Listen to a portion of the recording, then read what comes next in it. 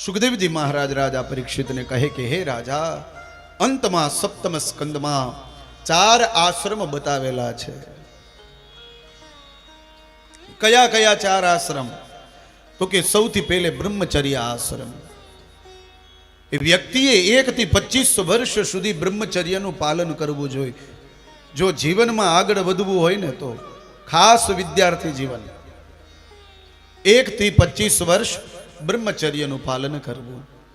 26 થી 50 વર્ષ ગૃહસ્થ આશ્રમ, પરિવારમાં રહેવાનું. 51 થી 75 વર્ષ વાનપ્રસ્થ. ભલે આપણે કદાચ ઘરમાં રહેતા હોય પણ વાનપ્રસ્થ બનીને રહેવાનું, વનમાં વયું જવાનું. પછી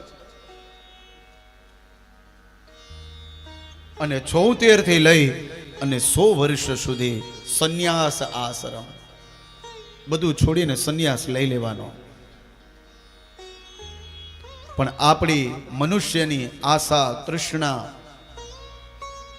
એ કોઈ દિવસ પૂર્ણ થતી જ નથી.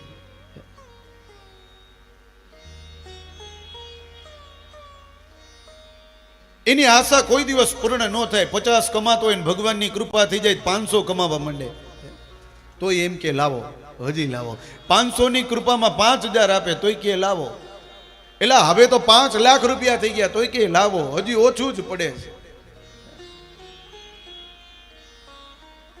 વ્યક્તિની આશા તૃષ્ણા પૂર્ણ થતી જ નથી. લાવો લાવો લાવો લાવો. બસ આ સંસારમાં આવ્યા છે ને ખાવા પીવાને આનંદ કરવા માટે, બસ એનાથી વિશેષ કોઈ બીજી વસ્તુ જ નહીં. પણ શાસ્ત્ર કહે જ્યારે સમય આવે ને એ સમય પ્રમાણે આપણે રહેવું પડે.